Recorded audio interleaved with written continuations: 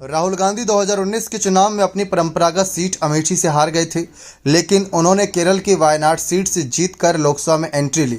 राहुल इस बार भी लोकसभा चुनाव में वायनाड सीट से चुनावी मैदान में है, लेकिन इस बार उनके सामने बड़ी चुनौती है और उनकी जीत को लेकर भी कई सवाल खड़े हैं।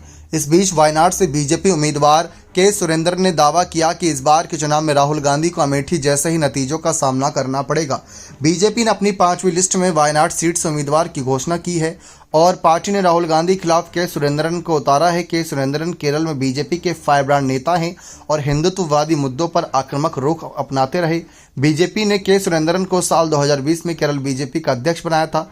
नॉर्थ केरल से आने वाले सुरेंद्रन ने 2019 में पथानामथिट्टा के लोकसभा सीट से किस्मत आजमाया था, लेकिन उन्हें हार का सामना करना पड़ा। इसके अलावा 2021 के विधानसभा चुनाव में भी पार्टी ने उन्हें 2 सीटों से उतारा था, लेकिन दोनों सीटों पर उन्हें हार का सामना करना पड़ा। के सुरेंद्रन को साल 2018 में सबरीमाला आंदोलन के दौरान गिरफ्तार किया गया था। उस समय वे 1 महीने से ज़्यादा समय तक जेल में रहे। राहुल गांधी के लिए वायनाड में जीत आसान नहीं दिख रही। वायनाड सीट पर लेफ्ट ने भी अपनी उम्मीदवार को लेकर ऐलान कर दिया।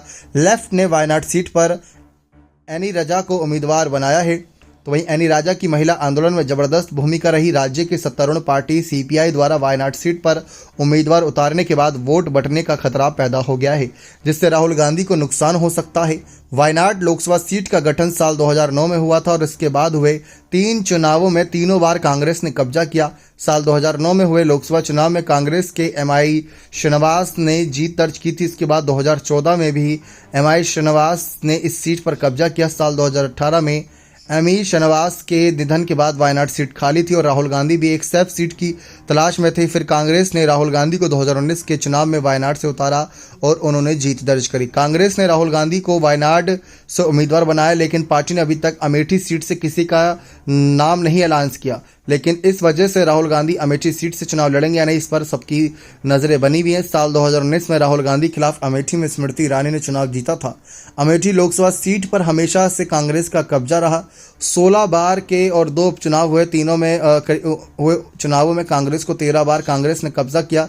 सिर्फ 2 बार 1998 और 2019 में भारतीय जनता पार्टी सीट पर जीत दर्ज कर पाई, जबकि साल 1977 में जनता पार्टी के रविंद्र प्रताप सिंह ने वायनाड से जीत हासिल की थी।